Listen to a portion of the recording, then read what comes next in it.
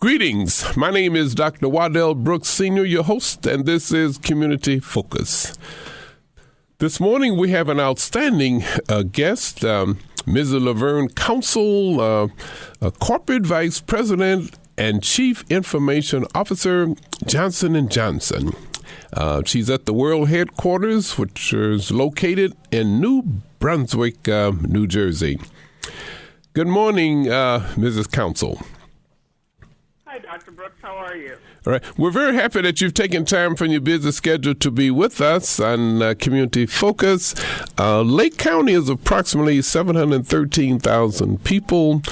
This show airs on the FM and AM. Well, 5 AM on the 102.3 FM, and then it airs again at 6 a.m. on 1220 a.m.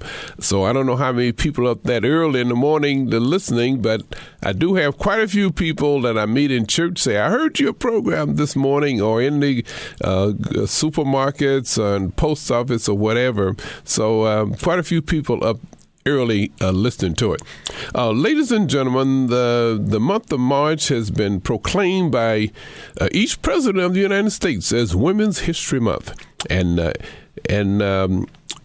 everyone is encouraged, all agencies are encouraged to highlight the contributions of women to this nation.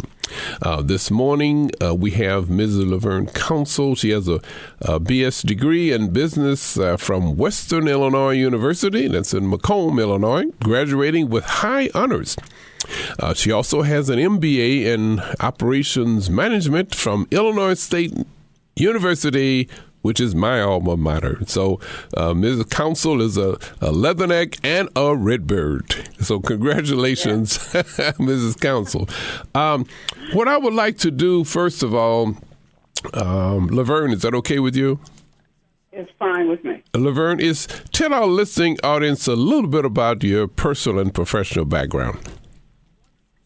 Okay, well, thank you, Dr. Brooks. It's a pleasure to be on with all the early birds. And as we know, the red bird gets the worm. Right. So, I hope that they're all wide awake in sunny Illinois, which, you know, I was born and raised Northwest Indiana. Oh.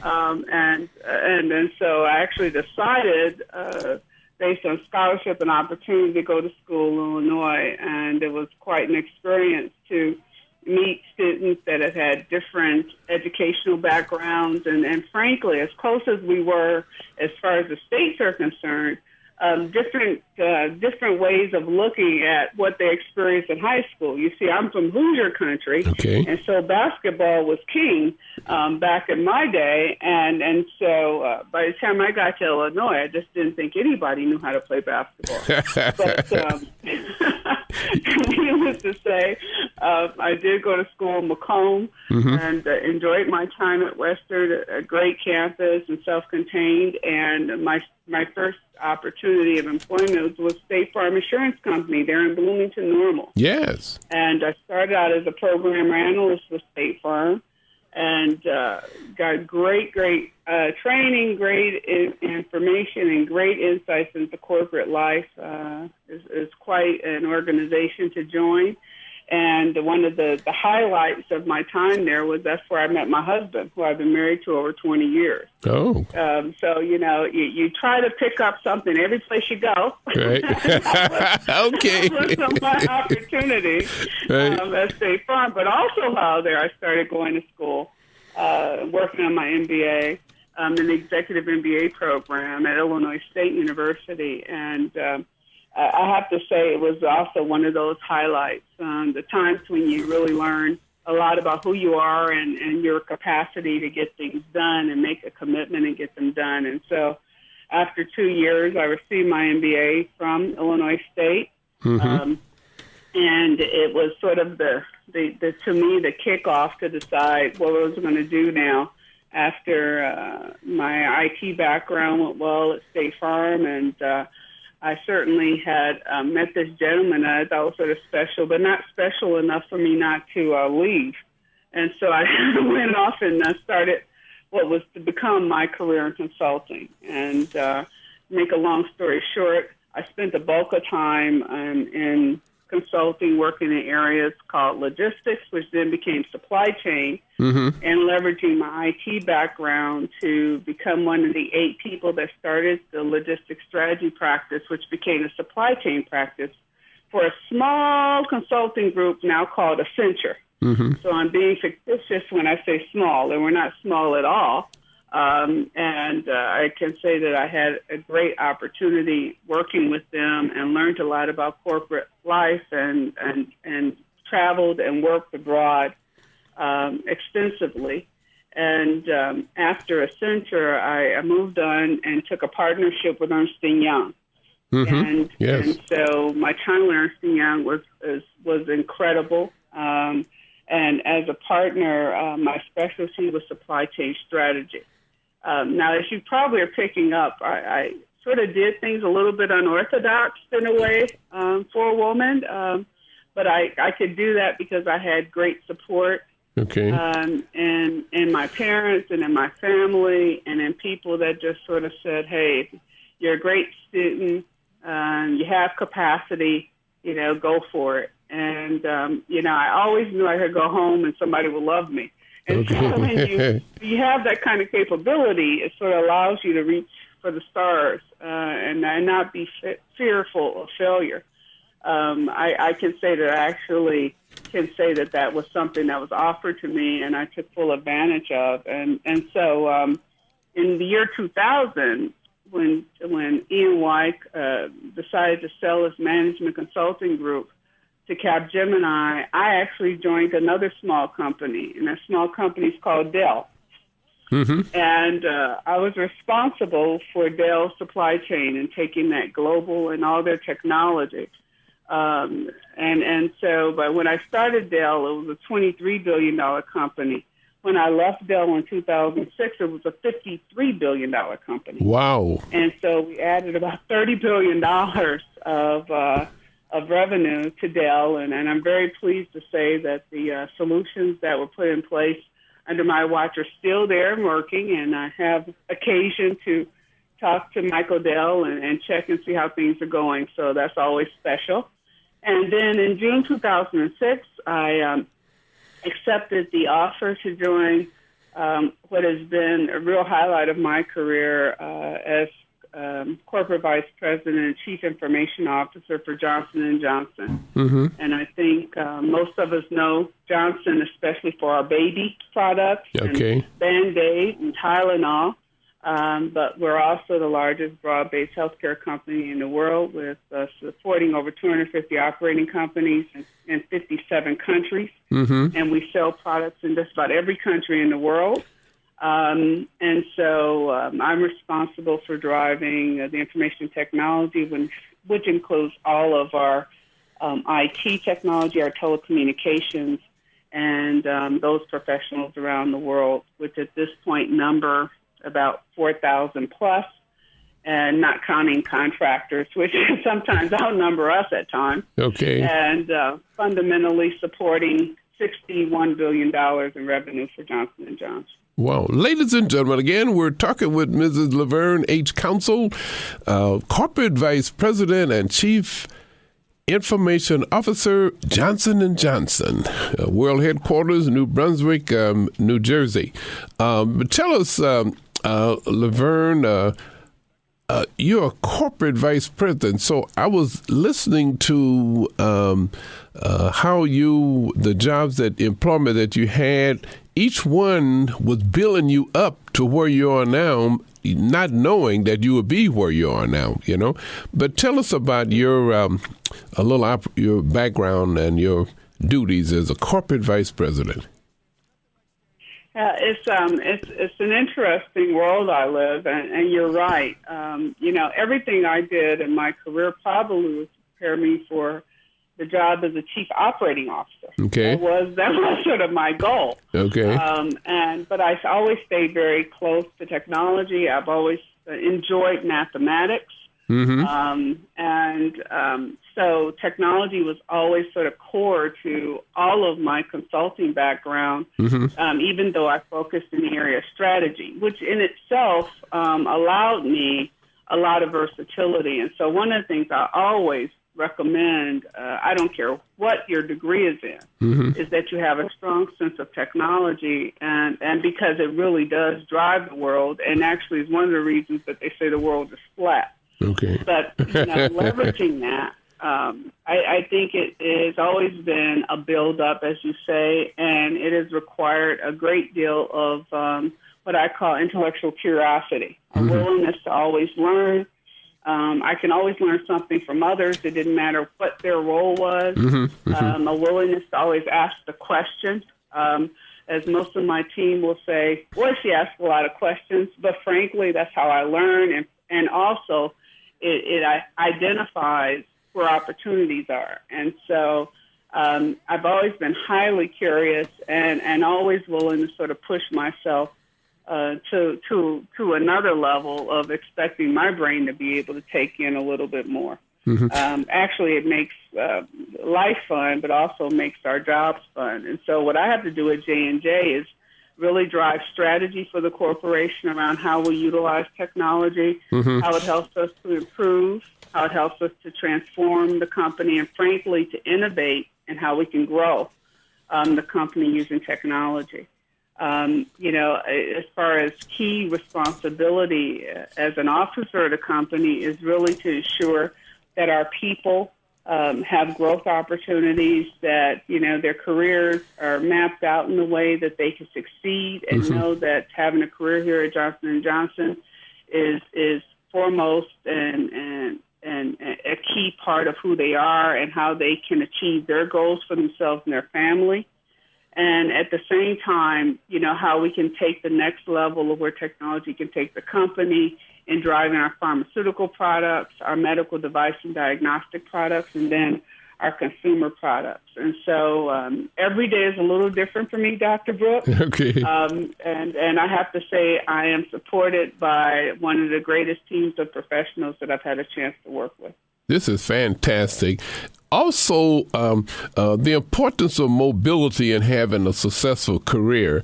The youngsters may want to know this. I mention that because my father worked at an armor packing company on one job for 40 years.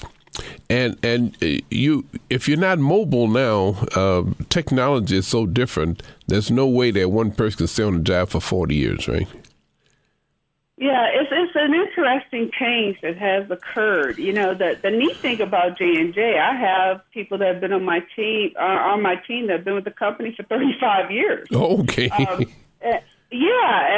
so it's a really interesting organization from that vantage point. And I think it's because we have such a variety of operating companies that a person can get a series of experiences, and before they know it, the way they all explain it to me, before they know it, they're 30 years, they're 35 years. And so it still does happen, but that is fairly rare. I know in my career, mobility was very important. I would like to highlight, though, I am the mom of a 12-year-old and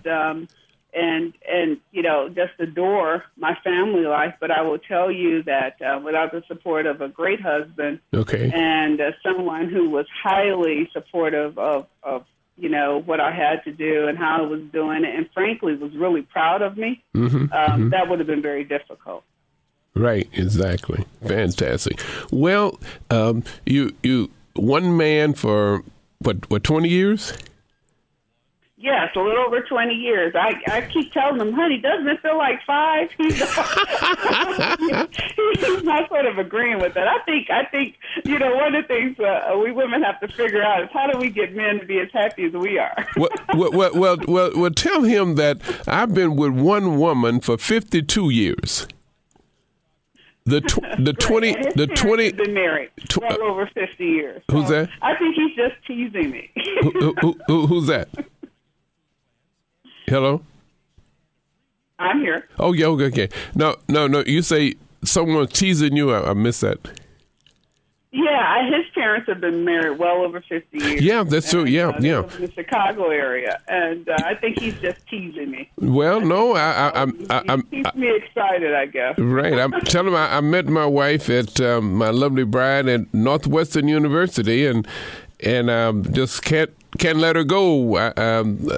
The secret is just love, I guess, But 52. And we all know you'd be lost without her. Oh, my goodness, yes, and support of three young adults. They all are college graduates, So we were tightly knit. Well, the scripture tells us much is given, much is required. And I guess that sums it up in your case, too, right? Yes, it is. I mean, one of the reasons when they approached me about doing this interview, and I saw the good work you were doing in the community and just spreading some positive views, I really said, I'm going to make time to have a conversation with Dr. Brooks. And so, I do believe that, you graduating from Illinois State back in 1957 made it very available for me to graduate in 1986. And to do what I'm doing here at Johnson & Johnson. I don't forget those things. Certainly feel it's my responsibility to remind people to take the gifts that they're given, and you'd be surprised at what they get back. Well, that's something special, too. You mentioned about, I mentioned I was born in Lexington, Mississippi, and I think your family is from Lexington, Mississippi, too, right? Yes, my mom is from Lexington, Mississippi. My dad was born in Alabama, but we were part of the Gibbons clan out of Lexington, and so when I saw that was also a plus. Southerners are always very receptive, and I always tell people that's core to my upbringing and core to my respectability, and so when someone calls you and they say they need your time and your help, that's exactly what you do. Very good. We'll check some more because there's some Givens in North Chicago, Illinois, too, so there may be some connection there. But tell us that Illinois State University, you were majoring in business, and in 2009, you were inducted to the Illinois State University Business Hall of Fame. That must have been quite an honor, right?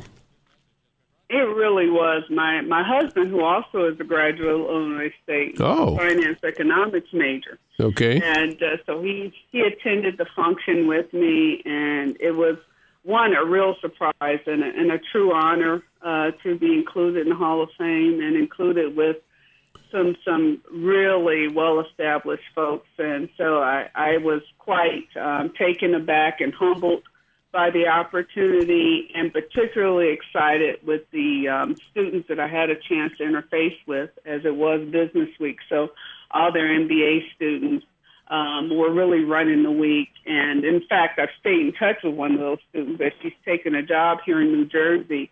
I've engaged her with some of my college graduates so that she would have friends and continue to feel successful and supported in her new state. So, needless to say, it was quite an exposure, quite a day, and I'm looking forward to doing the keynote speech here on the 30th for Business Week. They were nice enough to ask me to come back and do that for the students. And again, it goes back to what you said earlier. To those much is given, much is expected, and it is my responsibility in my mind to ensure that those students continue to have the kind of support that I had from some great professors and people around me who wanted to see me be the best that I could be. And so anything that I could share with anyone to help them along the way, because sometimes it could be very tough.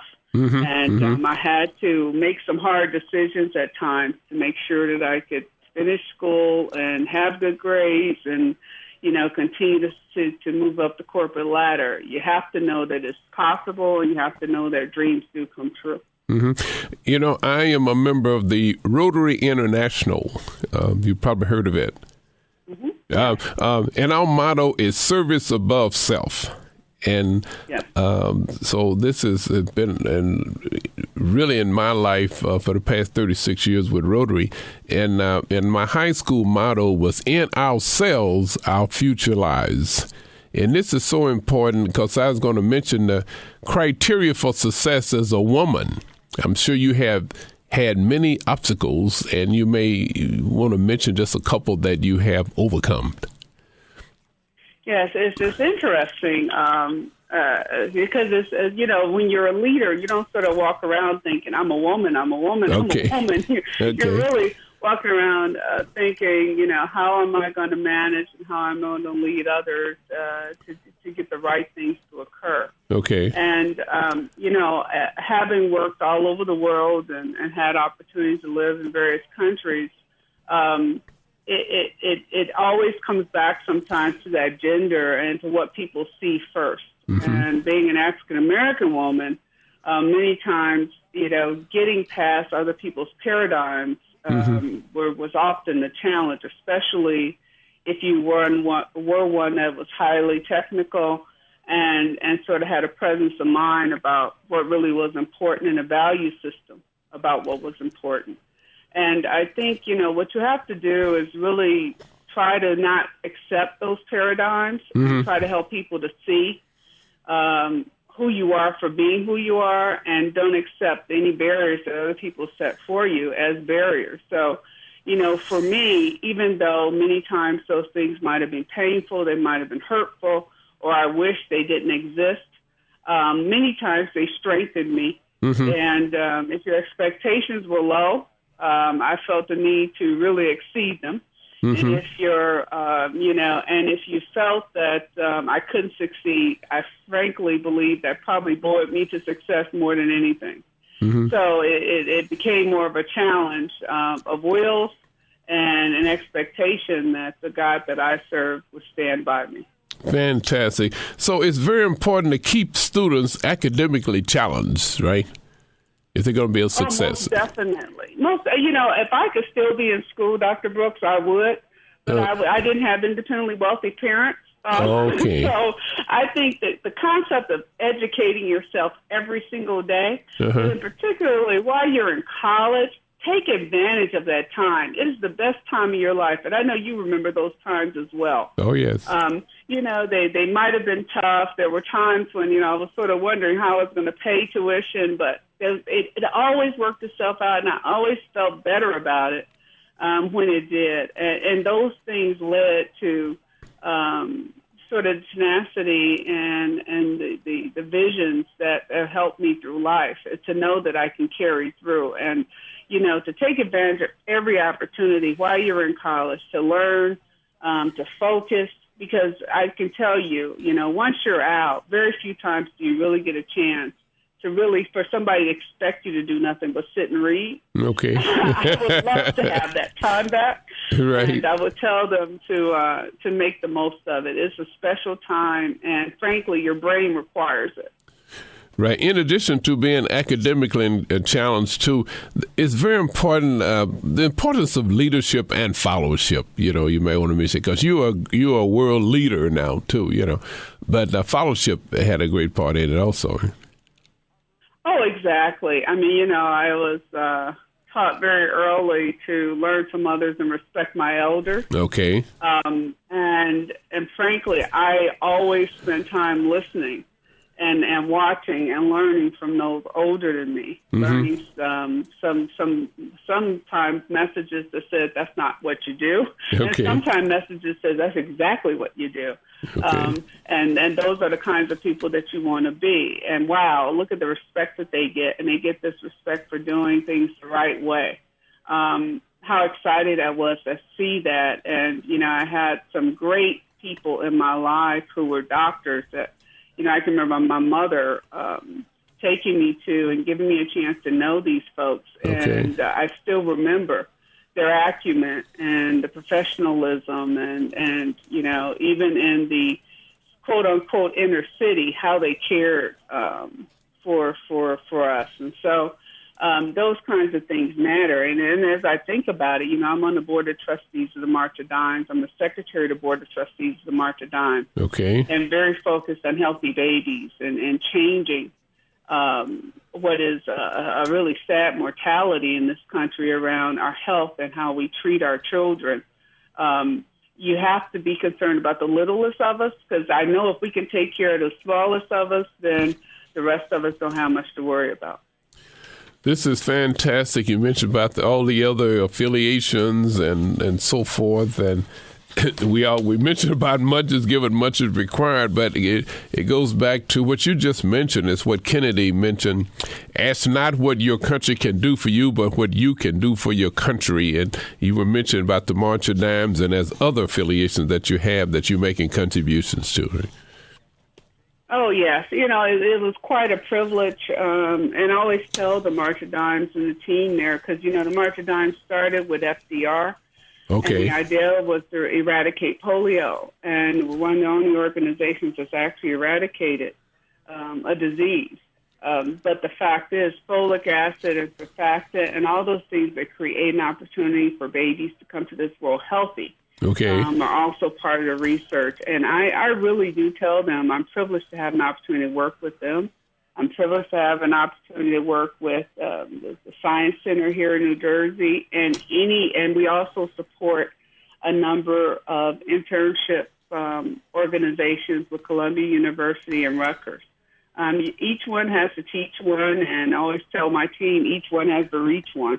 If I could do just one, I'll be pleased. Hopefully it'll be a lot more, but certainly that makes it all worth it, and I think we know why we exist and why we've been given opportunities we've been given. I've always, as I talk to my mom, who's 80 years old, wow. and a real light in my life, she often, as mothers will do, will brag upon you and be right. proud of you. Right. And at the end of the day, all I remember is her hard work ethic and her willingness as a church lady to always give back and take care of somebody else. That sticks out with me more than anything else. Fantastic. Well, Lavern, tell us, what would you like to be, say, 10 years from now with Johnson & Johnson? Your corporate vice... Wow, Go ahead. 10 years. That's a long time, Doc. I said you still young, 10 years, 20 years ago was 10 years. 10 years now is like 5. You're right. You're corporate vice president and chief information officer, but where's that to go? Yeah, I don't know. I would hope that somebody else is doing this job. If I've done my job well, they should be. Okay. I think that's the aspiration of any leader, is that you leave the organization better than you found it, and that somebody comes better than you. And so my objective is to build that kind of organization that would allow that. And I hope to be in a situation where I can really help others. Everybody talks about the next career. And for me, when I think about the next career, it's probably the one where I can really do the focus and give back. Right. That's exciting to me. That's a real opportunity. And, I have a lot of experiences to share. Right. And I believe, especially in this country, we need everyone who has something to share to give some of that back. And so in 10 years, I hope to be doing just that. Well, I can thank Illinois State University for my success, too. I've been retired since 1990, and I've just been doing radio and TV work gratuitously, and the opportunity presents itself, and I've just been happy doing it. So money's not everything. Being happy in life is the most important thing. And it's key. I always say money keeps the lights on. But you sure want to see. But you sure like to see some people smiling when the lights come on. Right. And I tell everybody, I have never seen a Brinks truck behind a hearse yet. That's it. Well, Lavern, I want to thank you very much again. I understand there's some bad weather out there, and I hope it gets better so your employees could get back to work safely there. We expect it. It's been a tough winter, but that's how we live in the United States. We'll figure it out and look for the spring. And so I thank you for the time. Yes. And this has been quite a pleasure. Yeah, and hopefully we'll see you at Illinois State on March 30th when you speak to the College of Business at the 2010 Hall of Fame. Great. I look forward to seeing you there. Thank you very much. Ladies and gentlemen, this has been Community Focus. My name is Dr. Waddell Brooks, Sr., your host.